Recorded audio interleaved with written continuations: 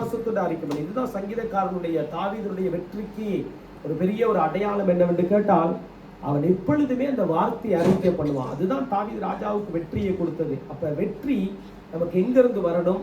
தேவனுடைய வார்த்தையிலிருந்து, பரலோகத்திலிருந்து வர வேண்டும். இதுக்கு நாம விசுவாசிக்கணும். அப்ப நாம சொல்லுகிறோம், நல்லா கவனிக்கணும். இப்ப கண்களை மூடி நாம சொல்லுவோம், கர்த்தருடைய கரம் என் மேல் இருக்கிறது, இயேசுனுடைய கரம் என் மேல் இருக்கிறது, பரிசுத்த ஆவியானவர் என்னை நடத்துவார், பரிசுத்த ஆவியானுடைய கரம் என்னோடு கூட இருக்கிறது, பிதாவினுடைய கரம் என்னோடு கூட இருக்கு. அப்ப பிதாவே, இந்த நாளிலே இந்த வார்த்தைக்கு ஒப்பு கொடுத்ததான தர்மியான ஆண்டவரே, இந்த நேரத்தில் எல்லாரும் என்னுடைய கரத்தில் ஒப்பு கொடுக்கிறேன். நானும் ஆண்டவரே இந்த வார்த்தைக்கு என்னை ஒப்பு கொடுக்கிறேன். கர்த்தருடைய கரம் மேல் இருக்கிறது ஆண்டவர். அன்றைக்கு எலியாவின் மேல் இருந்தது போல என்னோடு கூட இருக்கிறபடியால் நமக்கு நன்றி செலுத்துகிறோம். வந்திருக்கிறதான ஒவ்வொரு மேலும் ஆண்டவருடைய கரம் அதிகமாய் இருக்கிறபடியால் நம்மை சோத்தரிக்கிறோம். இயேசுவின் நாமத்தினாலே உடைய கரம் ஆண்டவர் இருக்கும் என்று சொன்னால் குன்றி போகிற வாழ்க்கை அல்ல, குறைந்து போகிற வாழ்க்கை அல்ல.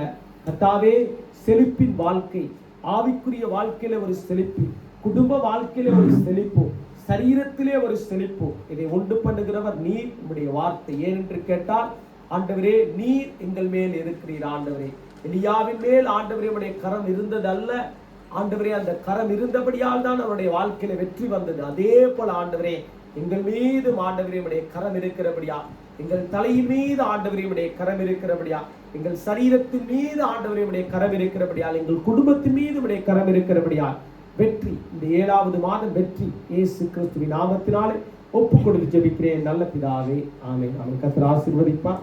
ரைட், பைபிள் எடுத்துக்கொள்வோம். வந்திருக்கிறோம்.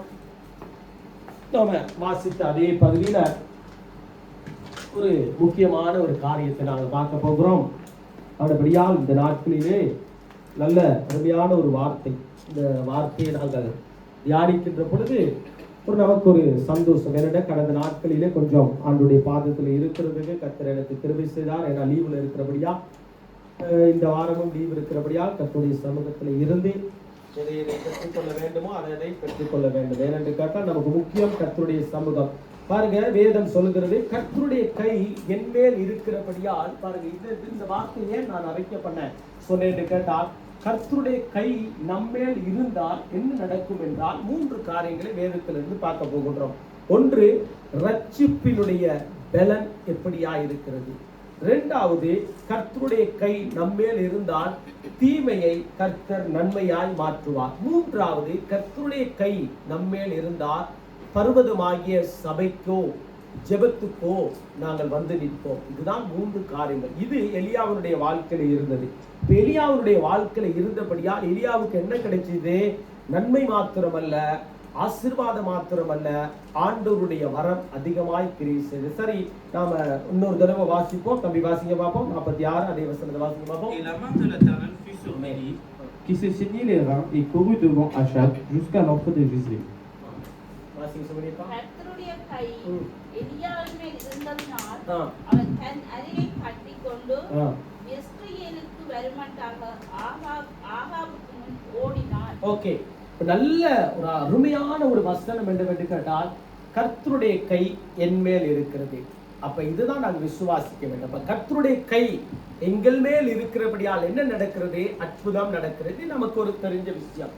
இப்ப எலியாவுக்கு பெரிய சோதனை வந்தது நமக்கு தெரியும். வேதத்திலே எலியாவுடைய சம்பவத்தை வாசிக்க நல்ல ஒரு இன்ட்ரெஸ்ட், வாசிக்க நல்ல ஒரு ஆர்வம் வரும், நல்ல ஒரு ஆவியில பலன் வரும். ஓகே, இப்ப கர்த்தருடைய கரம் நம்மேல் இருக்கிறபடியால் என்ன நடக்கிறது என்று கேட்டால், முதலாவது ஒரு காரியத்தை கர்த்தர் நமக்கு கற்றுக் கொடுக்கிறார்.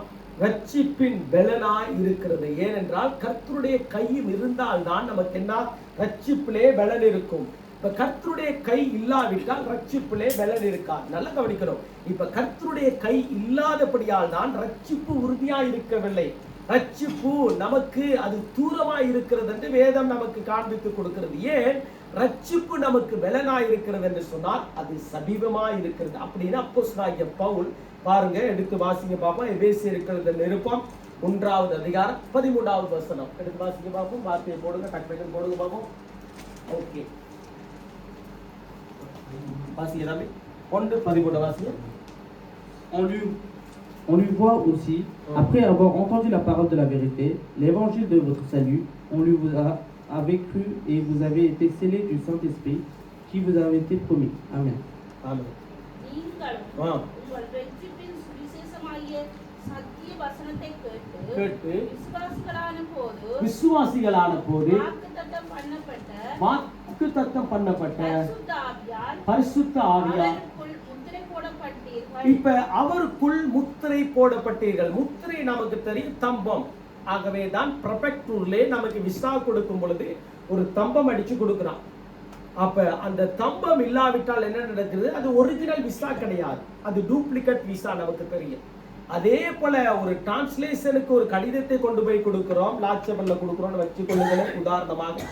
அதை நாம் தமிழ்ல இருக்கிறத பிரெஞ்சுக்கு டிரான்ஸ்லேஷன் பண்ணணும்னா அதுக்கு ஒரு முத்திரை குத்த வேண்டும், அப்பொழுதுதான் அங்கீகரிக்க முடியும் இது சரியானது. இல்லாவிட்டால் அது தவறு, அது போலி அப்படின்னு சொல்லுவார்கள். ஆனால் அதே போலதான் நமக்கு ஆவிக்குரிய வாழ்க்கையில ஒரு முத்திரை கொடுக்கப்பட்டிருக்கிறது. ஆவிக்குரிய வாழ்க்கையில ஒரு பலன் தேவைப்படுகிறது. இதுதான் தேவனுடைய கரம் நம்மேல் இருக்கிறதுக்கு அடையாளம். இப்ப எலியாவின் மேல் தேவனுடைய கரம் இருந்தபடியால் பல அடையாளங்கள் இருந்தது. அவர் அற்புதம் செய்தார், மரித்து போனவர்களை உயிரோடு எழுப்பினார், 3.5 வருடம் மழை இல்லாத பொழுது ஜெபித்தார், மழை வந்தது. 3.5 வருடம் அவர் மழை இல்லாமல் பண்ணினார். இதெல்லாம் நமக்கு தெரியும். புதிய ஏற்பாட்டினுடைய புத்தகத்திலே பார்க்கின்ற பொழுது எலியா நம்மை போல பாடுள்ள மனுஷன் தான், ஆனாலும் அவன் ஜெபித்தான், அந்த ஜெபத்தை சரியாக ஜெபித்தான் என்று வேதம் சொல்லுகிறது. அப்ப என்ன காரணம்? கர்த்தருடைய கரம் அவன் மேல் இருக்கிறது. இப்ப நமக்கு எண்ணிக்கை முக்கியம், நமக்கு எண்ணிக்கை மிக மிக ஒரு முக்கியம். ஆனால் எண்ணிக்கை முக்கியத்தை பார்க்கலாம், நம்முடைய குடும்பத்தில் எத்தனை எண்ணிக்கை இருக்கிறதோ அதே போல நமக்கு தெரியும். அந்த எண்ணிக்கையை பார்க்கலாம் கர்த்தருடைய கரம் எத்தனை பேர் மேல் இருக்கிறது. 5 பேர் இருந்தா 5 பேர் மேல இருக்கிறதா, 7 பேர் இருந்தா 7 பேர் மேல இருக்கிறதா, 30 பேர் இருந்தா 30 பேர் மேல இருக்கிறதா? ஆனால் இந்த எலியாவின் மேல் கர்த்தருடைய கரம் இருந்தபடியால் என்ன நடக்கிறது? அற்புதங்களும் அடையாளங்களும் அதிசயங்களுக்கும் குறைவே இல்லை. இப்பொழுது நமக்கு ஆண்டவருடைய கரம் இருக்கிறது. இதுதான் வேதம் சொல்லுகிறது.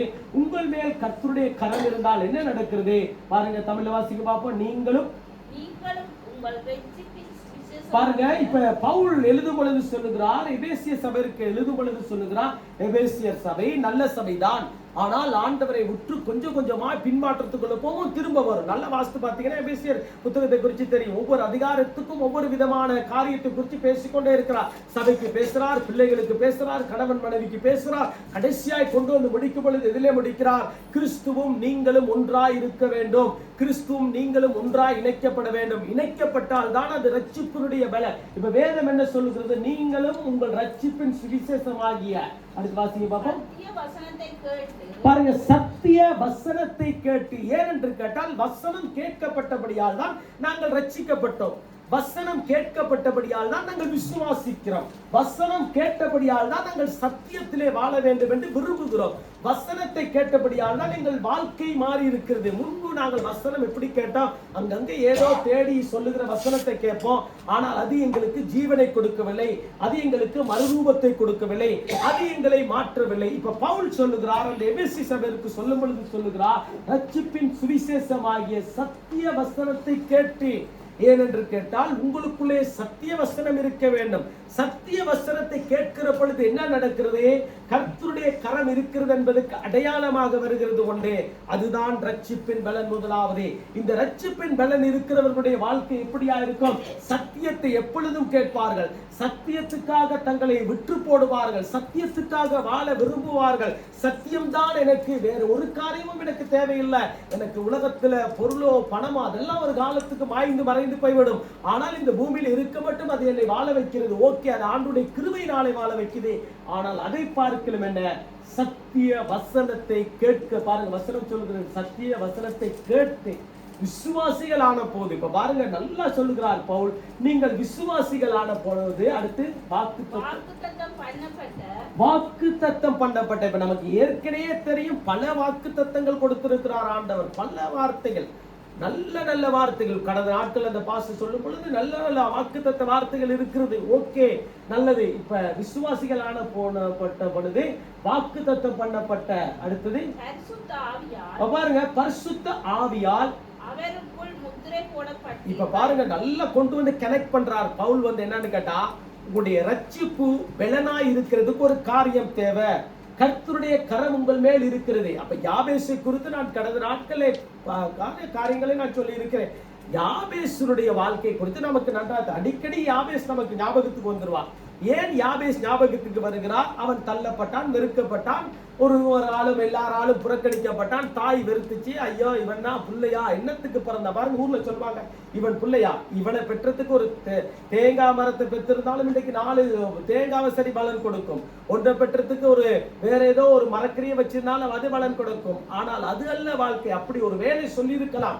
ஆனால் அவருடைய வாழ்க்கையை பாருங்க, ஆண்டவர் தான் அந்த நல்லா கவனிக்கணும். இந்த யாபேசுடைய வாழ்க்கை, அவருடைய யாபேசுடைய வாழ்க்கை உயர்த்தப்பட்டதுக்கு காரணம் என்னவென்று கேட்டால், கர்த்தருடைய கரம் அவன் மேல் இருந்த, நல்லா வாசித்து பார்த்தீங்கன்னா சரி, கர்த்தருடைய கரம் அவன் மேல் இருந்தபடியால் தான் சகோதரர்களுக்கு முன்பதாக உயர்த்தப்பட்டான். ஏன்? கர்த்தருடைய கரம் இல்லாவிட்டால் என்ன நடந்திருக்கும்? அவனும் அதே சிச்சுவேஷன் தான், அதே படிக்காதவன், அதே உதவாதவன், அதே பேச தெரியாதவன், அதே ஒன்றுக்கும் உதவாதவன். அவனை தள்ளி தள்ளி தள்ளி அப்படியே குழியில போட்டுருவாங்க. என்றைக்கு கர்த்தருடைய கரம் யாபேஸ் மேல் வந்ததோ அன்றைக்கு சகோதரர்களால் உயர்த்தப்பட்டான், ஆசீர்வதிக்கப்பட்டான். அவருடைய ஆசீர்வாதம் மிக பலமாய் இருந்தது என்று வேதம் நமக்கு காண்பித்து கொடுக்கிறது. இப்ப கர்த்தருடைய கரம் நம்மேல் இருக்கிறபடியால் என்ன நடக்கிறது? முதலாவது ஒரு காரியம், ரட்சிப்பு நமக்கு பலனா இருக்குது. இப்ப பவுல் சொல்லுகிறார், வாக்குத்தத்தம் பண்ணப்பட்ட பரிசுத்த ஆவியால் அவருக்குள் முத்திரை போடப்பட்டீர்கள். யாருக்குள்ளே? இயேசு கிறிஸ்துவுக்குள்ளே, பரிசுத்த ஆவியானவருக்குள்ளே, பிதாவுக்குள்ளே நீங்கள் எப்படியாப்பட்டவர்கள்? முத்திரை போடப்பட்டீர்கள். இந்த முத்திரையை அழிக்க முடியாது, அழிக்கவே ஒரு காலமும் முடியாது. போட்ட ஸ்டேம்பை யாராலையும் அழிக்க முடியாது. அதுக்குத்தான் நல்ல ஸ்டேம்ப் குத்தும் பொழுது குத்துவாங்க. அதாவது ஊர்ல தெரியும் நமக்கு கிழிக்கிற ஸ்டேம்ப். ஆனால் அதுவும் கிழிக்க முடியாது. சில நேரங்களில் கம் போட்டு ஒட்டினா ஒட்டினது தான். ஆனால் ஆண்டவர் நமக்கு கொடுக்கிறதான முத்திரை பரிசுத்த ஆவியானுடைய வல்லமை. அந்த பரிசுத்த ஆவியானவர் நமக்குள்ளே வருகிற பொழுது என்ன நடக்கிறது? ரட்சிப்பு நாளுக்கு நாள் பலன் அடைகிறது. இப்ப நாங்க ஒரே ஒரு காரியத்தை பார்ப்போம். எல்லா காரியத்தை நமக்கு பார்க்கறதுக்கு நேரம் இல்லை. சங்கீதம் 6ஆம் அதிகாரத்துல நீங்கள் 2வது வசனத்துல இருந்து 4வது வசனத்து வரை கொஞ்சம் பாருங்க பார்ப்போம். வேகமா வெயில் அடிக்குது, ரொம்ப வெக்கையா இருக்குது. போடுங்க பாப்பா, டக்கு.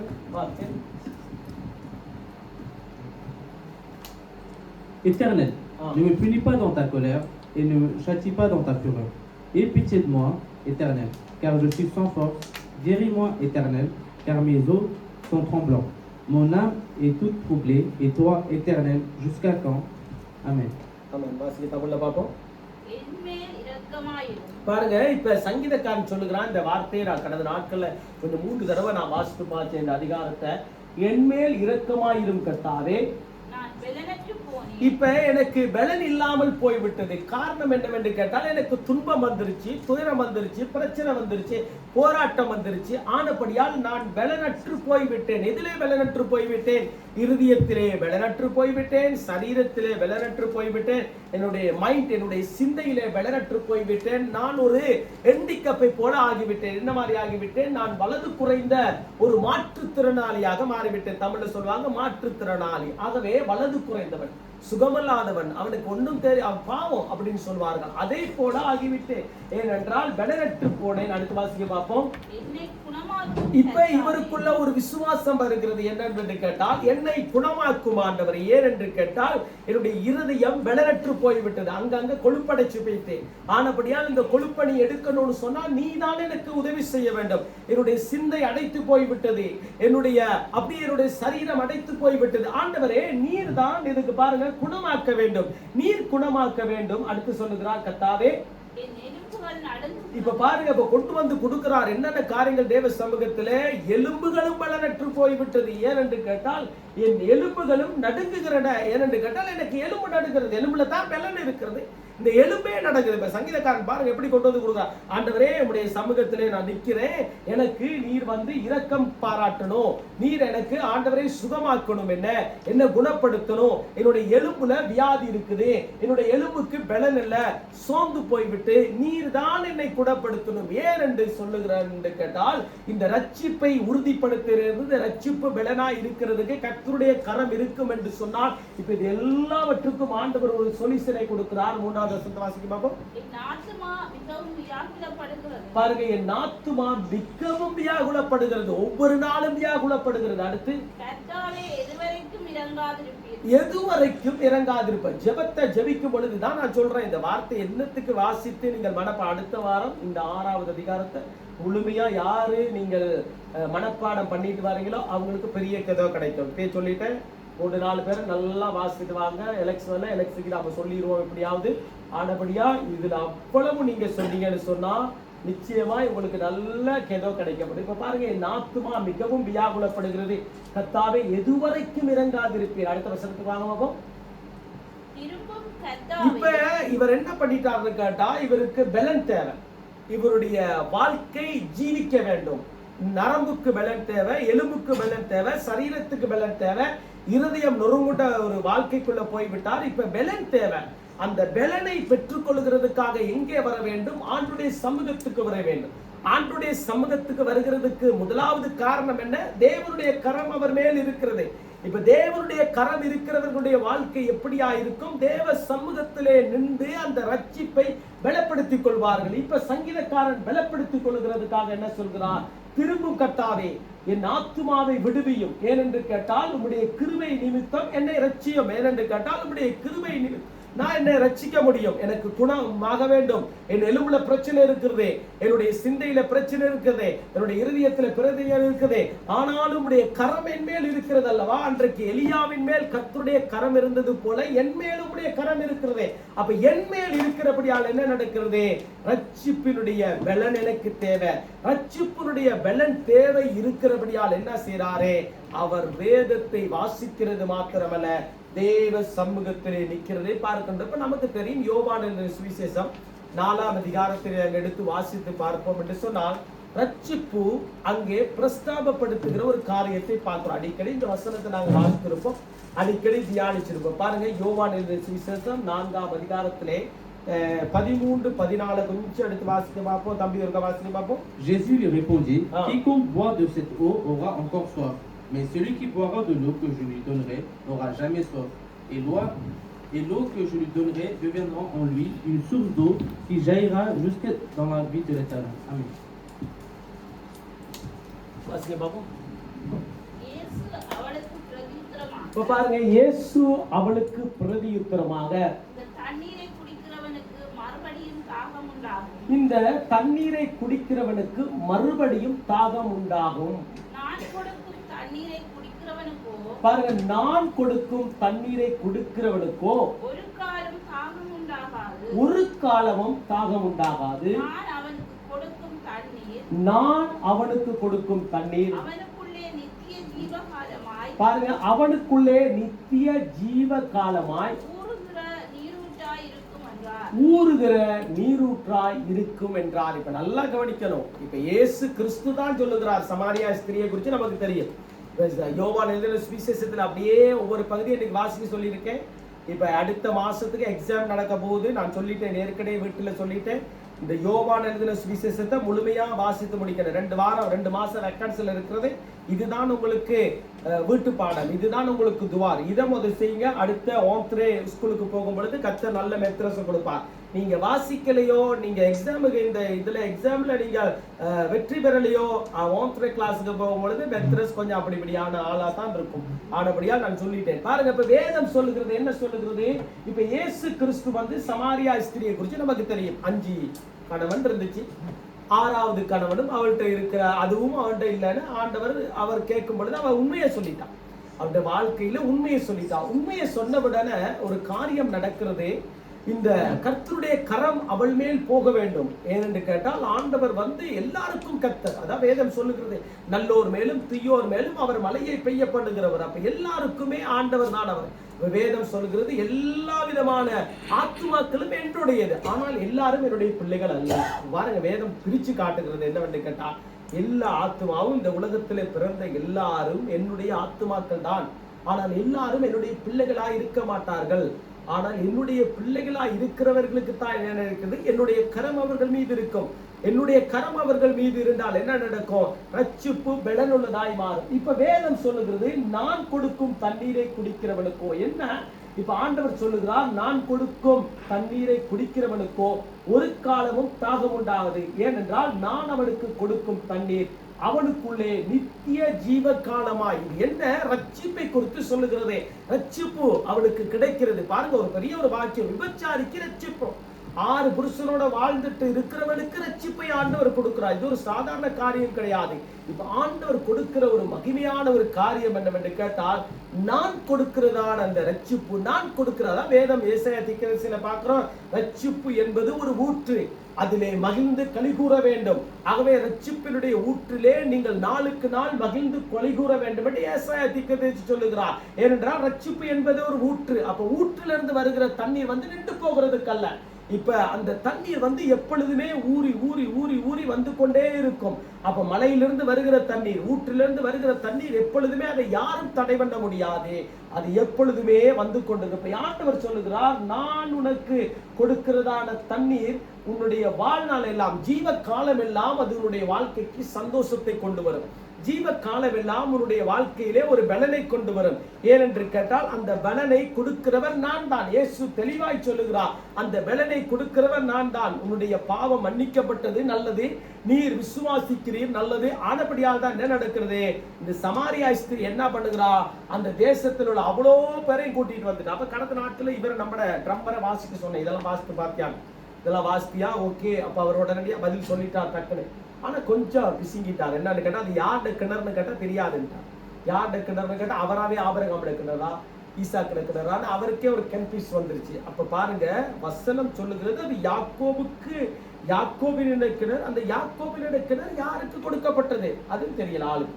இப்ப நான் சொன்னேன், இந்த யாக்கோப் மத்தேயு சொல்லிட்டார், அவள் 5 பேரோட அந்த மரி இருந்தது தானே 6வது, அப்படி இப்படின்னு அதெல்லாம் சொல்லிட்டார். இதுல ஆள் கோட்டை விட்டுட்டார். இப்ப வாசிக்கும் பொழுது நான் சொல்லியிருக்கேன், தெளிவா வாசிக்கிறேன். இப்ப நான் சொல்லி காலையில ஏன்னா நான் லீவ்ல இருக்கனால நான் கேட்பேன், என்ன அதிகாரம் வாசித்த சொல்லு. ஏன்னா அதுக்கு முன்னாடி நான் வாசிச்சிடணும், இல்லாட்டி என்ன போட்டு விட்டுருவாங்க ஆட்கள். எனக்கு பல கேள்வியை கொடுத்து விட்டுருவாங்க, எனக்கு பதில் சொல்ல எல்லாம் போயிடும்.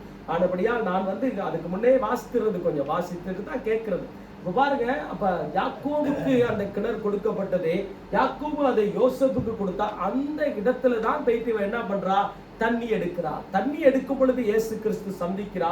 இப்ப சீசர்கள் எங்க போயிட்டா, இவங்க எப்ப பார்த்தாலும் பசி பிரச்சனை ஆட்கள், எப்ப பார்த்தாலும் சாப்பாடு பிரச்சனை ஆட்கள், ஓடி போயிட்டா ஊருக்கு சாப்பிடறதுக்கு ஏதாவது இருக்குமான்னு தேடி பிடிக்கிறதுக்கு. ஆனால் ஆண்டவர் அந்த நேரத்துக்குள்ள ஒரு ஆத்மாவை சந்திச்சுட்டார். சந்திச்ச உடனே என்ன நடக்குது? முழு ஊர்ல உள்ளவங்களும் ஓடி வந்துட்டு இயேசுனுடைய போதனையை கேட்கிறார்கள். அப்ப முழு ஊருமே ரட்சிக்கப்படுகிறதுக்கு ஒரு பெரிய ஒரு அற்புதம் நடந்தது. ஏனென்று கேட்டால், கர்த்தருடைய கரம் யார் மேல வந்துட்டு? சமாரியா ஸ்திரீ மேல வந்தது. சமாரியாவினுடைய ஸ்திரீ மேல வந்தவுடன் என்ன நடக்கிறது? நான் விசுவாசிக்கிறேன் ஆண்டவரே, நான் உம்மை நம்புகிறேன் ஆண்டவரே என்று அறிக்கை பண்ணுகிறார். விசுவாசிக்கிறேன், நான் 100% விசுவாசிக்கிறேன். ஏனென்று கேட்டால், நீர் ஒரு தீர்க்கதரிசியா என்று கேட்கிறார். இல்லை, உன்னோடு மேசியா வருவார் என்று சொல்லுகிறார்கள். அப்ப ஆண்டவர் சொல்லுகிறார், நான் தான் உன்னிடத்துல பேசுகிறேன், அந்த மேசியா நான் தான். அப்ப அவன் என்ன சொல்லிட்டா? அவர் விசுவாசித்தா. அதான் அந்த வசனம் சொல்லுகிறது. விசுவாசித்த உடனே என்ன நடக்கிறது? இவளுக்குள்ளே ஆண்டவருடைய கரம் வந்து விட்டது. கரம் வந்து விட்டோட என்ன நடக்குது? ரட்சிப்பு பலன் உறுதியாயிட்டு. ரட்சிப்பின் பலன் உறுதியாவுடன் என்ன நடக்கிறது? முழு ஊர்ல உள்ள ஜனங்களே கொண்டு வந்துட்டார். இப்ப நமக்கு என்னைக்கு ரட்சிப்பு பலன் அடைகிறதோ, என்னைக்கு ரட்சிப்பு உறுதியாகிறதோ, நாம் 4 பேருக்கு ஆசீர்வதிக்கப்பட்டவர்கள், நான் 4 பேருக்கு ஆண்டவரை குறித்து சொல்லுகிறவர்களாய் மாறிவிடுகிறோம். இது முதலாவது ஒரு கட்டம். 2வது ஒரு கட்டத்துக்குள்ள நேரம் போகிறபடியால் தீமையை நன்மையாய் மாற்றுகிறவராய் இருக்கிறார். கர்த்தருடைய கரம் நம்மேல் இருந்தால் தீமையை கர்த்தர் நன்மையாய் மாற்றுகிறவராய் இருக்கிறார். இப்ப 27வது சங்கீதத்திலே 5வது வசனத்திலே நீங்கள் பார்ப்பீர்கள் என்று சொன்னால், 27:5 தம்பி ஒரு வாசிக்கிறோம். சங்கீதம் 27:5. Car il me protégera dans son tabernacle au jour du malheur. Il me cachera sous l'abri de Satan. Il m'élèvera sur un rocher. Amen. Amen. தீங்கு நாளில் அவர் என்னை தம்முடைய கூடாரத்தில் மறைத்து, பாருங்க, தீங்கு நாளிலே அவர் என்னை தம்முடைய கூடாரத்திலே மறைத்து, என்னை தமது கூடார மறைவிலே ஒளித்து வைத்து, பாருங்க, கூடார மறைவிலே ஒளித்து வைத்து என்னை கன்மலையின் மேல் உயர்த்துவார். இப்ப சங்கீதக்காரனுக்கு ஒரு தெளிவு வந்து விட்டது. சங்கீதக்காரனுக்கு ஒரு விசுவாசம் வந்து விட்டது. எனக்கு போராட்டம் வந்துருச்சு, எனக்கு பயம் வந்துட்டு. ஏனென்று கேட்டால், இப்ப எலியாவுக்கு என்ன பிரச்சனை? பயம் வந்துட்டு. ஆனா ஆகாப்புக்கு பயம், எசேவேலுக்கு பயம். 2 பேரும் பொல்லாத ஆட்கள். ஆகவே ஆகாப்பை பார்க்கலும் எசேவேல் பொல்லாத ஒரு அரக்கி, ஒரு பொல்லாத ஒரு மனுஷி, எப்ப பார்த்தாலும் கொலைவரி. எப்ப பார்த்தாலும் இன்னொருடைய அந்த சொத்தை புடுங்குற ஒரு ஆவி. அதுதான் நாபோத்தினுடைய அந்த திராட்சை தோட்டம் விலைமதிக்க முடியாத ஒரு திராட்சை தோட்டம். இந்த திராட்சை தோட்டத்தை பிடுங்குகிறதுக்கு ஆகாப்பு ட்ரை பண்ணி பார்க்கறான், முடியல. ஆகாப்பு முயற்சி பண்ணி பார்க்கறான், முடியல. இப்ப என்ன நடந்துச்சு? அருமையான அவருடைய மனைவிக்கு சொல்லும் பொழுது அவனை அப்படியே கொலை பண்ணி போட்டுட்டு அப்படியே அந்த திராட்சை ரசத்தை கொண்டு போய் அந்த திராட்சை தோட்டத்தை அப்படியே என்ன பண்ணி நாபோத்தினுடைய திராட்சை தோட்டத்தை அப்படியே யாரு கொடுத்துட்டார், இதை நீ வச்சுக்கொள்ளுட்டு சொந்த மனைவி. அந்த அளவுக்கு மோசமானவள். ஆனால் அப்படி இருக்கிற நேரத்துல ஒரு பயம் வந்துருச்சு. யாருக்கு? இப்ப எலியாவுக்கு பயம் வந்துருச்சு. இப்ப பயப்படாதவங்க யாருன்னு கேட்டா எல்லாருக்குமே பயம். இப்ப பாருங்க, சீனாவுல 9000 உள்ள 900 பாம்புகள் வச்சிருந்திருக்காங்க. இப்போ 900 பாம்பு இருக்கும் பொழுது என்ன நடந்துச்சு? அது எப்படியோ உடஞ்சி அப்படியே அந்த இது எல்லா இடத்துக்கும் ஊருக்குள்ள போயிட்டு. இப்போ என்ன பயம்? எந்த பாம்பு எங்க இருக்குன்னு தெரியாது, எந்த புத்துக்குள்ள எந்த பாம்பு இருக்குன்னு தெரியாது. நம்ம சொல்லுவோம் எந்த புத்துக்குள்ள எந்த பாம்பு இருக்குன்னு தெரியாது. அது நம்மளை குத்திடலாம், கடிச்சிடலாம், ஒன்றும் செய்ய முடியாது. இப்போ அந்த மாதிரி ஒரு பயத்துக்குள்ள சீனாவில் இருக்கிற கிராமத்துல பயம் வந்து விட்டது. சீனாவில் பாம்பு சாப்பிட்றவன் இருக்கான், நாய் சாப்பிட்றவன் இருக்கான். நமக்கு தெரியும் சீனாக்காரன் எல்லாத்தையும் சாப்பிடும். அதனாலதான் அவனுக்கு உடம்புல பாருங்க, அவனுக்கு நம்மள மாதிரி குட்டம் பண்ணல, பட்ட எல்லா இடமும் அப்படியே கொல்லி போயிட்டு இருப்பான். பயங்கர ஆட்கள். ஆனபடியால் இவங்க என்ன நடக்குது? பயம், திகில், பதற்றம். எந்த நேரத்துல பாம்பு வந்து கடிக்கும்னு தெரியாது. இப்ப பாருங்க, இப்ப வேதம் சொல்லுகிறது, தீங்கு நாளிலே அவர் என்னை தம்முடைய கூடாரத்திலே மறைத்து. ஏனென்றால் பயம் வரும் பொழுது இப்ப எலியாவுக்கு பெரிய ஒரு பயம் வந்து விருச்சு. இந்த பயத்தை ஆண்டவர் எடுத்து விட வேண்டும். தீமை வந்து விட்டதே. பல அற்புதங்களை செய்தவர் தான் 850 பாகால் தீர்க்கதரிசிகள் எசேபேலுடைய பந்தியில இருக்கிறவர்கள் எல்லாம் கிட்டத்தட்ட 450 பேரை ஒரே நாள்ல கீசன் ஆற்றக்கரையில வச்சு கொண்டு போட்டுட்டார். யார் கொண்டு போட்டுட்டா? எலியா. இது நமக்கு தெரியும். ஆனால் இந்த எலியாவுக்கு ஒரு பயம் வந்து விட்டது. பயம் வந்தவுடனே என்ன நடக்கிறது என்று கேட்டா, நீங்கள் அதே 1 ராஜாக்கள் புத்தகத்தில் நீங்கள் எடுத்து வாசிப்பீர்கள் என்று சொன்னால் 19வது அதிகாரத்துல இருந்து பாருங்க, அந்த வசனம் சொல்லுகிறது. வாசிங்க பார்ப்போம். 19வது அதிகாரத்துல இருந்து வாசிங்க பார்ப்போம். நீங்கள் 19ல 12 வாசிங்க பார்ப்போம். பாருங்க, 10ல இருந்து வாசிங்க பார்ப்போம். இருக்கா? Il répondit, j'ai déployé mon zèle pour l'Éternel, le Dieu des armées, car les enfants d'Israël ont abandonné ton alliance, ils ont renversé tes autels et ils ont tué par épée tes prophètes. Je suis resté moi seul et ils cherchent à m'ôter la vie. L'Éternel dit, sors et tiens-toi dans la montagne devant l'Éternel. Et voici, l'Éternel passa et devant l'Éternel, il y eut un vent fort et violent qui déchirait les montagnes et brisait les rochers. L'Éternel n'était pas dans le vent et après le vent, ce fut un tremblement de terre. L'Éternel n'était pas là dans le tremblement de terre. Et après le tremblement de terre, un feu. L'Éternel n'était pas dans le feu. Et après le feu, un murmure doux et léger. அதற்கு அவன் சேனைகளின் தேவனாகிய கர்த்தருக்காக வெகு பக்தி வைராக்கியமாய் இருந்தேன். இப்ப இவர் யாரு? வெகு பக்தி வைராக்கியமாய் இருந்தேன். இப்ப கூடாரத்தினுடைய மறைவுக்கு போக வேண்டும். சங்கீதம் 27:5 நாங்கள் வாசித்தது போல அவருடைய கூடாரத்தின் மறைவுக்குள்ள போயிட வேண்டும். ஏனென்று கேட்டால் மறைவு ஒரு பாதுகாப்பு. இப்ப மறைக்கப்பட்ட ஒரு மனிதனா இருக்க வேண்டும். உலகத்துக்கு அவர்கள் எல்லாம் கொள்றதுக்கு ரெடி ஆயிட்டாங்க. இப்ப பயம் வந்துட்டு, திகில் வந்து விட்டது. இப்ப என்ன நடக்கிறது? அதற்கு அவன் சேனைகளின் கர்த்தராகிய கர்த்தருக்கு வெகு பக்தி வைராக்கியமாய் இருந்தேன். எலியாவினுடைய பக்தி வைராக்கியம் நமக்கு தெரியும். இதை குறித்து நம்ம வேதத்தை வாசிக்க எலியாவுடைய பக்தியை குறித்து நாம பார்க்க முடியும். இப்ப பக்தி வைராக்கியமாய் இருந்தவன் என்ன பண்றான்? இஸ்ரவேல் புத்திரர், பாருங்க வாசிக்க பார்ப்போம். இப்ப இவருக்கு ஒரு பெரிய ஒரு காரியம் என்னவென்று கேட்டால், இவன் பக்தி வைராக்கியம் உண்மைதான், ஆனால் இவனுக்கு ஒரு பயம் வந்துருச்சு. இப்ப பயம் வந்தோட என்ன நடக்கிறது என்று கேட்டா, இவர் சொல்லுகிறாரு, இஸ்ரவேல் ஜனங்கள் உடன்படிக்கையை மீறி விட்டார்கள், இஸ்ரவேல் ஜனங்கள் உம்மை தள்ளிவிட்டார்கள், இஸ்ரவேல் ஜனங்கள் உமக்கு ஆராதனை செலுத்தவில்லை. ஏன் என்று கேட்டால், அவர்கள் விக்கிரகத்துக்குள்ள போய்விட்டார்கள், தோப்பு விக்கிரகத்தை வணங்குறதுக்கு போய்விட்டார்கள். ஆனபடியால் என்ன நடக்கிறது? உடன்படிக்கைகளை தள்ளிவிட்டார்கள். ஆனாலும் வசனம் சொல்லுங்க, வாசிங்க, உம்முடைய பலிபீடங்களை இடித்து கொன்று போட்டார்கள்.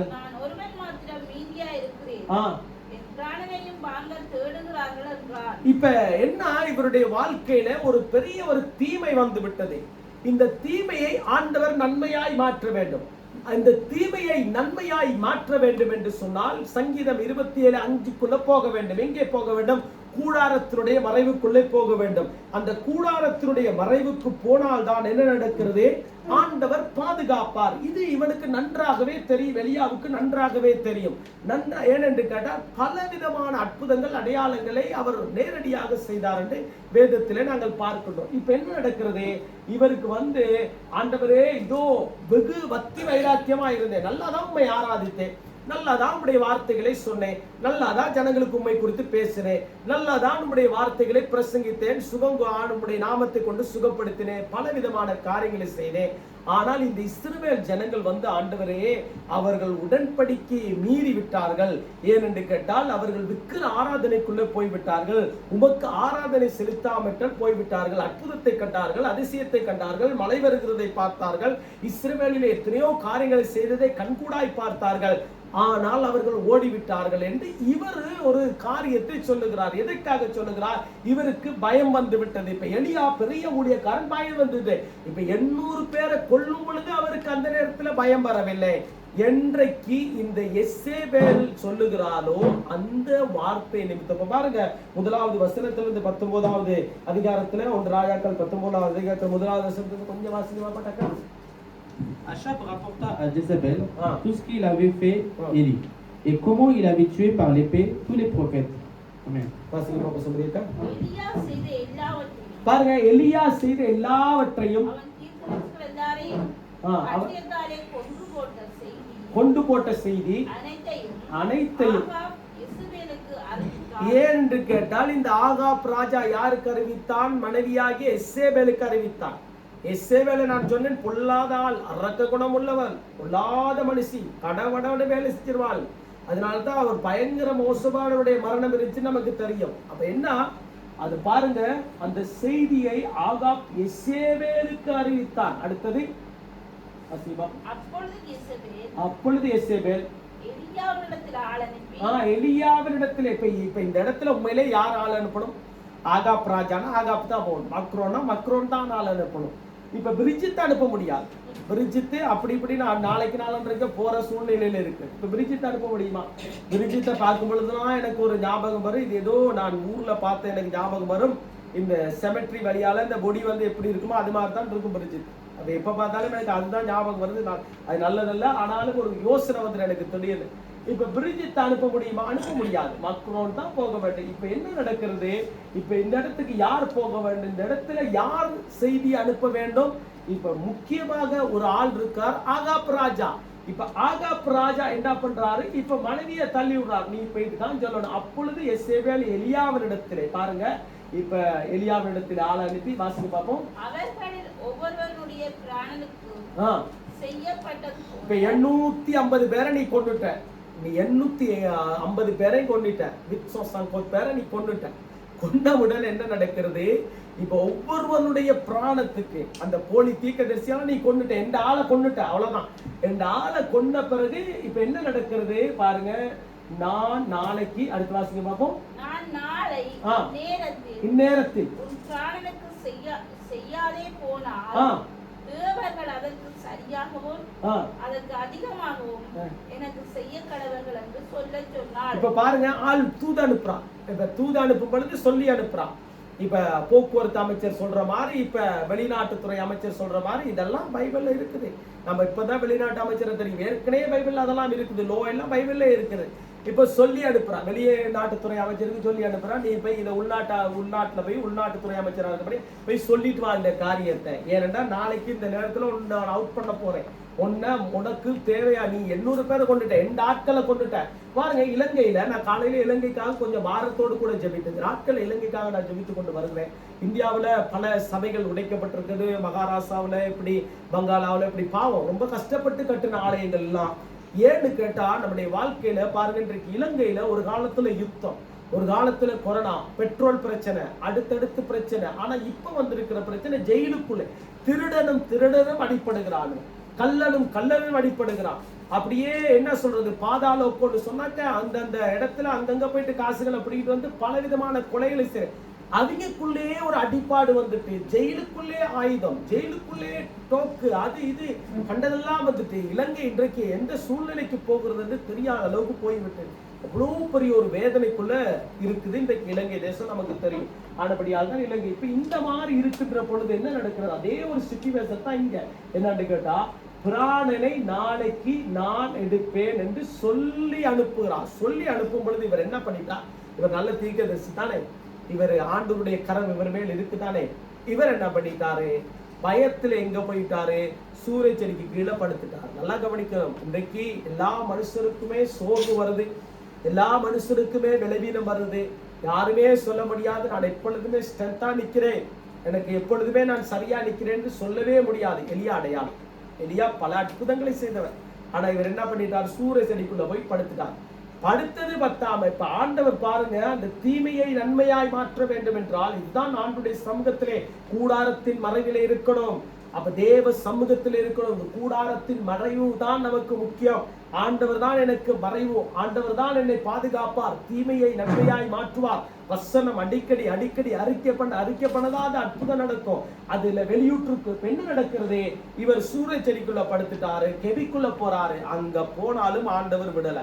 அங்க போனாலும் ஆண்டவர் என்ன செஞ்சாருன்னு கேட்டா, இவருக்கு காகத்தை அனுப்பி என்ன பண்றாரு, இறைச்சி கொடுக்கிறார், அப்பத்தை கொடுக்கிறார், தண்ணீரை கொடுக்கிறார். ஏதோ ஒரு ஆள் வந்து தட்டுறவா இருக்கு, தேவ தூதன் வந்து தட்டி இந்தா குடி. இப்பதான் ஆண்டவர் சொல்லுகிறார், நீ ஓட வேண்டிய தூரம் வெகு தூரமா இருக்கிறது. ஆகவே ஒன்று நாம கற்றுக்கொள்ள வேண்டியது என்னன்னா, சோர்ந்து போயிட்டால் சூரிய செடிக்கு படுக்கிற மாதிரி நம்ம கட்டல்ல படுத்துட்டோம்னு சொன்னா, நாம நம்முடைய வாழ்க்கையிலே கீழே விழ நினைத்தாலும் ஆண்டவர் தூக்கி கரம் பிடித்து தூக்கிடுவார். இதுதான் நம்முடைய ஆண்டவர், எல்லாவற்றையும் நினைக்கிறவராய் இருக்கிறார். ஒருவேளை சோர்ந்து அப்படியே படுத்து போயிட்டவனாலும் ஆண்டவர் தட்டி எழுப்புவார். எப்ப எழுப்புவார், அவருடைய கரம் நம்மேல் இருக்கும் என்று சொன்னார். ரட்சிப்பு நமக்கு பலனா இருக்கும் என்று சொன்னால் தீமையிலிருந்து கத்து நன்மையாய் மாற்றுவார். இப்ப தீமை வந்துட்டு இப்ப சூரிய செடிக்குள்ள படுத்துறார். நல்ல இன்ட்ரெஸ்டான ஒரு சம்பவம், நீங்க வீட்டுல போய் வாசித்து பாருங்க ராஜாக்கள் புத்தகத்தை. சூரிய செடி கீழே படுத்தினார், ஆண்டவர் தேவதூதரை அனுப்புறார், அப்பத்தை கொடுக்கிறார், தண்ணீரை கொடுக்கிறார், இறைச்சி கொடுக்கிறார். ஆனால் ஆண்டவர் சொல்கிறார், எழுந்து வெகு தூரமாய் நடக்க வேண்டும் என்று. இப்பொழுது இவருக்கு ஒரு காரியம் நடக்கிறது, நல்லா கவனிச்சு பார்ப்பீங்கன்னு சொன்னார். இப்ப அடுத்த காரியத்துக்குள்ள இவர் போக வேண்டும். ஏனென்று கேட்டால் இவருடைய பயம் இல்லாமல் போக வேண்டும், தீமை நன்மையாய் மாற்றப்பட வேண்டும். இதுக்குத்தான் மூன்றாவது தேவ பர்வதத்துக்கு வர வேண்டும். தேவ பர்வதத்தை தான் இப்ப 1 ராஜாக்கள் புத்தகத்துல நாம வாசித்தது போல. அடுத்து வாசிக்க பாப்போம் 11வது வசனத்தை, 19 11 வாசிக்க பாப்போம். டக்குனு போடுங்க பாப்போம், வாசிங்க, சொல்லுங்க வாசிங்க பாப்போம். அப்பொழுது அவர் வெளியே வந்து கர்த்தருக்கு முன்பாக பர்வதத்தில் நின்றார். இப்ப ஆண்டவர் சொல்லுகிறார், நீர் பர்வதத்திலே வந்து நிக்க வேண்டும். இதான் முக்கியமான ஒரு காரியம். முதலாவது கர்த்தருடைய கரம் நம்மேல் இருக்கிறபடியால் என்ன நடக்குது, ரட்சிப்பிலே பலன் அடைகிறோம், உறுதி அடைகிறோம். இதுக்குத்தான் எபேசியர்கள் 1ஆம் அதிகாரம் 13வது வசனத்திலே சொல்லப்படுகிற வார்த்தையின்படி, இதோ ரட்சிப்பிலே நீங்கள் பலனுள்ளவர்களா இருக்க வேண்டும் என்று சொன்னால் பரிசுத்த ஆவியிலே நீங்கள் முத்திரை போடப்பட்டு இருக்கிறீர்கள். முத்திரை போடப்பட்டவர்கள் எப்படியா இருக்கிறீர்கள், பலன் இருக்கிறது. பரிசுத்த ஆவியானவர் இருந்தா நல்லா ஆண்டவரை ஆராதிக்கிறது, ஜெபிக்கிறது, வார்த்தை கேட்கிறது, தியானிக்கிறது. எப்ப பார்த்தாலும் ஆண்டவருக்கும் நமக்கும் ஒரு கனெக்ஷன், ஒரு தொடர்பு. இதுக்காக ரட்சிப்பு பலனுள்ளதாய் மாறிடுச்சு. 2வது ஒரு காரியத்துக்குள்ள வருகிறார், அந்த தீமை வந்துருச்சு. நமக்கு தீமை வந்தோட என்ன நடக்கிறது, அது நன்மையாக கர்த்தர் மாற்ற வேண்டும். இப்ப நன்மையாய் மாற்ற வேண்டும் என்று சொன்னால் தேவ பர்வதத்துக்கு வர வேண்டும். இப்ப எலியாவுக்கு நல்லாவே தெரியும், தேவ சமூகம் தான் தேவனுடைய பர்வதம். இப்ப தேவ பர்வதத்துக்கு வந்தால்தான் இவருக்கு இருக்கிறதான பயம் எடுப்படும். இல்லாவிட்டால் இவர் பயந்து மறுபடியும் சூரிய செடிக்குள்ள போயிடும், கெவிக்குள்ள போயிடும். அங்கங்க இருந்து திரும்ப திரும்ப ஆண்டவர் சாப்பாடை கொடுத்து பலப்படுத்தி ஆண்டப்படணும். இப்ப ஆண்டவர் சொல்லுகிறார், நீ வெகு தூரம் நடக்க வேண்டும், வெகு தூரம் உடைய பிரயாணம். 3 காரியங்கள் செய்யப்பட வேண்டும். 1, எலிசாவை நீர் உன்னுடைய ஸ்தானத்துக்கு எடுக்க வேண்டும். அடுத்து யெகூவை நீர் இஸ்ரவேலுக்கு ஒரு ராஜாவாக ஏற்படுத்த வேண்டும். இதெல்லாம் ஆண்டவர் சொல்லிக்கிட்டு வருகிறார். இதைத்தான் நீ செய்யணும். இப்ப 3 காரியங்களை செய்ய வேண்டும். அந்த 3 காரியங்களை செய்ய வேண்டும் என்று சொன்னால் நீர் தேவனுடைய பர்வதத்திலே நிற்க வேண்டும். முதலாவது உன்னுடைய பயம் நீங்க வேண்டுமே. நீ எசேவேலுக்கு பயந்து கிடக்கிற ஒரு சாதாரண ஒரு பொம்பளைக்கு நீ பயந்து கிடக்கிற. இந்த பயம் நீங்கப்பட வேண்டும் என்று சொன்னால் நீ தேவ சமூகத்துக்கு வர வேண்டும். அது விக்கிர ஆராதனைக்காரி, ஒரு தப்பான வழியில நடத்துகிறவர், தேசத்தை தப்பான வழியில நடத்துகிறார், அரக்கு குணம் உள்ளவர், அவருடைய வாழ்க்கையே ஒரு கேடான ஒரு வாழ்க்கை, அவள் ஆண்டவருக்கு கீழ்ப்படியாதவள், தேவ சமூகத்துக்கு வராதவள், தேவ சத்தத்துக்கு கீழ்ப்படியாதவர். ஆகவே அவள் ஒரு விக்கிர ஆராதனைக்காரி. விக்கிர ஆராதனைக்குள்ள இருக்கிற ஆளுக்கு நீ பயந்து போயிட்ட. ஆனா உன்னுடைய பயத்தை எடுக்க வேண்டும். ஆனபடியால் ஆண்டவர் சொல்லுகிறார், நீர் தேவ பர்வதத்திலே வந்து நில். எங்கே நில்? தேவ ஆராதனையிலே நில்லு, தேவ சமூகத்திலே நில்லு, ஜெபத்திலே நில்லு. ஏனென்றால் ஜெபத்திலே நீ தரித்திரு. தேவ சமூகத்திலே தரித்திருந்தால் தான் அந்த பயம் போகும். இல்லாவிட்டால் என்ன நடக்கும்? பட பட பட பட பட வென்று அடிச்சு கொண்டே இருக்கும். யாருக்கு அடிச்சு கொண்டிருக்கும்?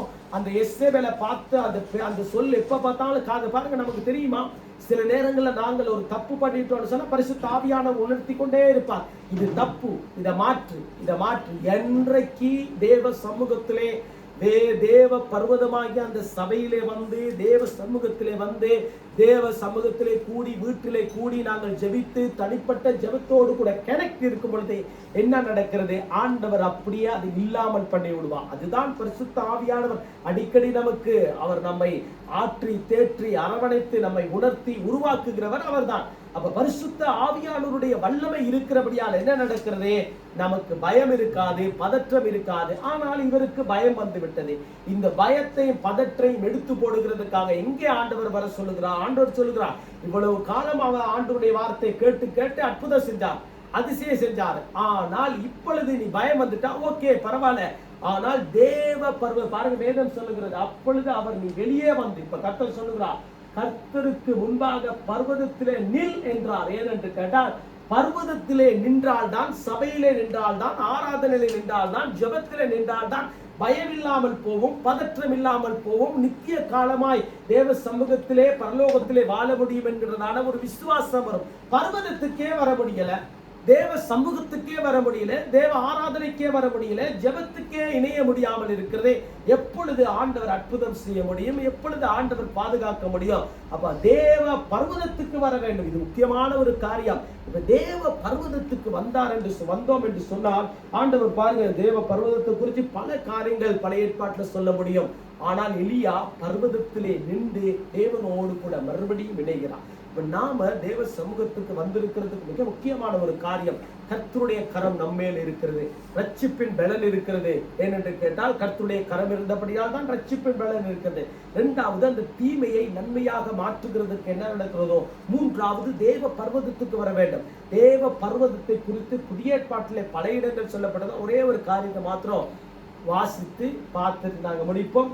யோவான் எழுதின சுவிசேஷத்துல 9வது அதிகாரத்துல 7வது வசனம். யோவான்ல தான் நான் கொண்டுகிட்டு போறேன், அடிக்கடி டச் பண்ணிட்டு போறேன், ஏன்னா உங்களுக்கு ஞாபகம் இருக்கணும், எக்ஸாம் இருக்குது, மறந்துடக்கூடாது. பாருங்க, இப்ப யோவான் இப்ப பாருங்க 9வது அதிகாரத்துல 7வது வசனம் வாசிங்க பார்ப்போம். Et lui dit, va et lave-toi au réservoir de Siloé. Non, qui signifie, vous voyez, il y a là, et se lava, et s'en retourna voyant clair. Amen. வாசிங்க பார்ப்போம். நீ போய் சீலோவான் குளத்திலே கழுவு என்றார். சீலோவான் என்பதற்கு அனுப்பப்பட்டவன் என்று அர்த்தமாம். அப்படியே அவன் போய் கழுவி பார்வை அடைந்தவனாய் திரும்பி வந்தான். இப்ப இந்த சம்பவம் நீங்கள் 1வது வசனத்திலிருந்து வாசித்தா தான் உங்களுக்கு புரியும். இப்ப யோவான் எழுதின சுவிசேஷத்துல 9வது அதிகாரத்துல இயேசு கிறிஸ்துவிடத்துல 1வது வசனத்துல கேட்கிறார்கள், இவன் பிறவியிலே பார்வை இல்லாதவனா இருக்கிறான். பிள்ளைகளுக்காக நான் சொல்றேன், என்னென்று கேட்டால் தூங்கிடக்கூடாது, பிவி யாரு நம்மட பிந்து தூங்கிடக்கூடாது, இமானுவேல் தூங்கிடக்கூடாது. இப்ப என்ன நடக்குதுன்னு கேட்டா இவர்களுக்கு நான் சொல்றேன். இப்ப என்ன 9வது அதிகாரத்துக்கு வரும்பொழுது என்ன நடக்கிறது? இப்ப ரவி ஆண்டவர்கிட்ட கேட்கிறார்கள், சீசர்கள் கேட்கிறார்கள், ரவி இவன் பிறவியிலே கண் தெரியாதவனா இருக்கிறான், இவன் செஞ்ச பாவமா இவர்கள் பெற்றோர் செய்த பாவம்? நல்ல கேள்வி. இவன் செஞ்ச பாவமா இவர்கள் பெற்றோர் செய்த பாவமான்னு கேட்கிறார்கள். கேட்கும் பொழுது இப்ப ஆண்டவர் பதில் கொடுக்கணும். ஏன்னா ஆண்டவர் சரியான பதிலை கொடுக்கணும். இப்ப ஆண்டவர் சொல்லுகிறார், இவன் செய்த பாவமும் அல்ல, இவன் பெற்றோர்கள் செய்த பாவம் அல்ல, கர்த்தருடைய கிரியை வெளிப்பட வேண்டும், என்னுடைய மகிமை வெளிப்பட வேண்டும். அப்ப மகிமை வெளிப்பட வேண்டும் என்று சொன்னால் சில நேரங்களில் சில காரியங்களை கர்த்தர் அனுமதிப்பார். இதை நம்ம கற்றுக்கொள்ளணும். வேதத்தை வாசிக்கும் பொழுது இப்படிதான் புரிஞ்சுக்கணும். சில நேரங்களில் நமக்கு ஒரு வியாதி இருக்கும், சில நேரங்களில் நமக்கு ஒரு போராட்டம் இருக்கு. யாரோ ஒரு மனிதன் கடந்த நாட்கள்ல ஒரு நல்ல ஒரு புள்ள என்னோட நல்ல ஒரு புள்ள, அருமையான ஒரு புள்ள. அந்த புள்ள கேட்டுச்சு, இந்த பிதா குமாரன் பரிசுத்த ஆவியானவர் குறித்து எனக்கு தெரியாது, இதை குறித்து கொஞ்சம் விளங்கப்படுத்தலுமா? புள்ள பிறஞ்சி படிக்கிற புள்ள. இப்போ நான் சொன்னேன், இதில் வந்து நான் விளங்கப்படுத்துறதுக்கு எனக்கு டைம் வேணும். என்னத்துக்கு டைம் வேணும் ஏனென்று கேட்டால், பாருங்க, இதுதான் விசுவாசம். விசுவாசம் கேள்வியினால் வரும், கேள்வி தேவனுடைய வசனத்தினால் வரும். இதெல்லாம் அறிஞ்சு கொள்ள ஒரு காரியம். இப்ப தமிழ்ல இதை உனக்கு சொன்னா உனக்கு புரியாது. ஆனபடியால் பிரெஞ்சில சொல்ல வேண்டும் என்று கொண்டால் நான் வார்த்தையெல்லாம் உனக்கு தாரேன். நிறைய வார்த்தை இருக்குது. இந்த வார்த்தையெல்லாம் புதிய ஏற்பாட்டிலையும் இருக்கு, எல்லா வார்த்தையும் இருக்குது. நான் முஸ்லீம் ஆட்கள் கேட்கும் பொழுது எனக்கு பதில் சொல்லாம அவருக்கு ஸ்கூல்ல நான் சொன்னேன், இருக்குது, வார்த்தை இருக்குது, தெளிவான வார்த்தை இருக்கிறது, இதை நான் உனக்கு கற்றுத்தர முடியும். ஆனால் எனக்கு பிரெஞ்சில கற்றுக் கொடுக்க முடியாது. ஏதோ 2 வார்த்தையை சொல்லலாம், அவ்வளவுதான். அதுக்கு மேலே நம்மள வண்டி ஓடாது. பெச்சு போயிட்டு எங்கேயாவது நின்றோம், பிரேக் லைன் இல்லாமல் எங்கேயாவது ஓடி போயிட்டு கலண்டு நின்றோம். ஆனபடியால் சரியா உனக்கு கொடுக்க வேண்டும். பாருங்க, நல்ல ஒரு காரியத்தை கிடைச்சு பாருங்க. இன்னைக்கும் அந்த பிதா குமாரன் பரிசுத்த ஆவியினுடைய விளக்கம் நமக்கு தெரியாதபடியால், சிலருக்கு தெரியாதபடியால் அது அங்கங்கே போயிட்டு, அதே போல நல்ல கேள்வியை தான் இவர்கள் கேட்டிருக்காரு. யார்? சீசர்கள் கேட்டிருக்காரு. இவர்கள் செய்த பாவமா, இவன் செய்த பாவமா, பெற்றோர்கள் செய்த? அதுக்குத்தான் ஆண்டவர் சொல்ல, இல்ல, என்னுடைய மகிமை வெளிப்பட வேண்டும். ஆண்டுடைய மகிமை. இப்ப நமக்கு ஒரு காரியம் இருக்கும் என்று சொன்னால், அதான் ரிஸ்வானுக்கு நான் அடிக்கடி சொல்ற காரியம். ரிஸ்வான் அம்மாவுக்கு ஒருவேளை கர்த்தருடைய மகிமை இவன் மூலமா தான் வெளிப்பட வேண்டும் என அதை தடை பண்ண முடியாது. என்றைக்கோ ஒரு நாளைக்கு ஆண்டவர் சுகத்தை கொடுத்து அந்த ரிஸ்வான் மூலமாய் பல நூற்றுக்கணக்கான ஆயிரக்கணக்கான மக்கள் ரட்சிக்கப்படலாம். தெரியாது, ஆண்டுடைய கிரியை நமக்கு தெரியாது, ஆண்டுடைய அன்பு நமக்கு தெரியாது, ஆண்டுடைய மகத்துவம் நமக்கு தெரியாது. ஆனபடியால் கவலைப்படக்கூடாது. அப்ப என்ன நடக்குது? ஒருவேளை நமக்கு இப்படியாப்பட்ட சோதனைகள் வரும் பொழுது நாம நினைக்கிறோம், பாருங்க, டக்குன்னு சொல்லிடுறாங்க ஊர்ல, ஆண்டவருக்கு கண் இல்லையா, எனக்கு ரொம்ப பிரச்சனையா இருக்கு, ஆண்டவருக்கு இருதயம் இல்லையா, இரக்கமில்லாதவரை. இது ரட்சிக்கப்பட்டவர்கள் சொல்ல, ரட்சிக்கப்படாதவன் ஓகே, அது வணங்குற தெய்வம் அதே மாதிரி தான் இருக்கும். கண்ணும் தெரியாததுக்கு, காதும் கேட்காது, வாயும் பேசலாது, அப்படியே தான் இருக்கும். அவன் சொல்றதுல நியாயம் இருக்கு. அந்த உலகத்து மனுஷன் சொல்றதுல எந்த விதமான தப்பும் கிடையாது. ஏனென்று கேட்டால் அப்படிதான் அது இருக்குது. அதுக்கு ஒன்றும் தெரியாது, அப்படியே கிடக்கும். ஆனா நம்மட பிள்ளைகள் சொல்லக்கூடாது, என்ன, ஆண்டவர் கண்ணு தெரியல. இப்ப பாருங்க, வசனத்தை வாசித்தால் கண் திறக்கப்படும், வசனத்தை நேசித்தால் இருதயம் திறக்கப்படும், வசனத்தை ருசி பார்த்தால் அற்புதம் நடக்கும். அதான் ஊர்ல சொல்லுவாங்க, பெரியவங்க சொல்லுவாங்க, வேதத்தை வாசி, நேசி, கடைபிடி, அற்புதம் நடக்கும். பாருங்க, போல அருமையா சொல்லி கொடுத்துருக்காங்க. இப்ப என்ன நடக்கிறது? இப்ப பாருங்க, வசனம் மறுபடியும் வர வாசிங்க பார்ப்போம். நீ போய் வாசிங்க சுமதிக்கா. சீலோவாம் குளத்திலே கழுவு என்றார். ஏனென்றால் சீலோவாம் என்று பாருங்க, வசனம் அழகா சொல்லுகிறது, என்பதற்கு அனுப்பப்பட்டவன். இப்ப தேவ பர்வதமாகிய இடத்துக்கு அனுப்பப்பட்டிருப்போம், வந்திருக்கிறோம், சபை கூடி வருகிறோம், வீட்டுல கூடுகிறோம், நாம் தனியாய் கூடுகிறோம், அனுப்பப்பட்டிருக்கிறோம். ஏன் என்று கேட்டால் தேவ பர்வதம். இப்ப எலியா வந்து தேவ பர்வதத்துல நிக்கிறார். ஆண்டவரே எனக்கு அற்புதம் செய்வார் என்கிறதான ஒரு விசுவாசம் வந்துருச்சு அவருக்கு. 100க்கு 100 மாற்று கருத்து அல்ல. சூறைச்செடி கீழே படுத்தவர் தான், குகைக்குள்ள போய் ஒளிந்தவர் தான், ஏதோ காக்கா கொண்டு போய் கொடுத்ததை சாப்பிட்டவர் தான், தண்ணியை குடிச்சவர் தான். பாருங்க, ஆண்டவர் அந்த எலியாவுக்கு இவ்வளவு ஒரு கிரியேட் பண்ணி பார்க்கணும், கொஞ்சம் யோசித்து பார்க்கணும், ஒரு இமேஜினை பண்ணி பார்க்கணும். எலியாவோட வாழ்க்கை சூறைச்செடிக்குள்ள படுத்து கிடக்குது. ஆனா சாப்பாடு யாரும் கொடுக்கறதுக்கு வழி இல்ல. அந்த நேரத்திலே பாருங்க, ஆண்டவர் எப்படி போஷிக்கிறார். இறைச்சியையும் கொடுக்கிறார், அப்பத்தையும் கொடுக்கிறார், தண்ணீரையும் கொடுக்கிறார். இதுதான் ஆண்டவர். இதை விசுவாசிக்க வேண்டும். இதை விசுவாசித்தால் எனக்கு இது நடக்கும். நிச்சயமாய் ஆண்டவர் இந்த காரியத்தை எலியாவுக்கு செய்தவர் எனக்கும் செய்வார். இப்ப என்ன, பிறவியிலே இருந்ததான குருடனுக்கு வாக்குவாதம். இப்ப வாக்குவாதம், பரிசேயர்கள் வாக்குவாதம், வேத பாதகர்கள் வாக்குவாதம். ஓய்வு நாள் அவனை இப்படி செய்யக்கூடாது. இந்த அதிகாரத்தை நீங்க வீட்டுல போய் வாசித்து பாருங்க. ஐயோ இப்படி பிரச்சனை, நீ ஏன் இப்படி சுகமாக்குனது யாரு? ஆனால் இவர்கள் யூதருக்கு பயந்து விட்டார்கள். ஏன்னா யூதர்கள் இயேசுவை ஏற்றுக்கொண்டா கொன்றுவார்கள். ஆனபடியால் இவர்கள் பயந்தபடியா.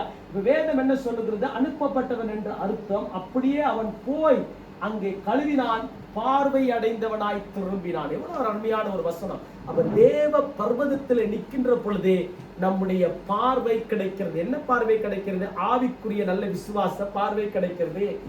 ஆவிக்குரிய விசுவாச பார்வை இல்லாதவர்களுக்கு என்ன நடக்கும்? தேவ சமூகம் ஏனோ தானோ உண்டு, தேவனுடைய ராஜ்யம் ஏனோ தானோ உண்டு, வர்றது வரல, ஓகே, இருக்கிறது இல்லாமல் இருக்கிறது. ஆனால் வேதத்தை நல்லா புரிஞ்சுக்கொள்ளணும். நல்ல இதுக்குத்தான் வேதத்தை ஆண்டவர் நம்முடைய கையில கொடுத்து 5 பேரோ 10 பேரோ 15 பேர் கூடியிருக்கோம், கவலைதான் ஒரு பக்கத்துல.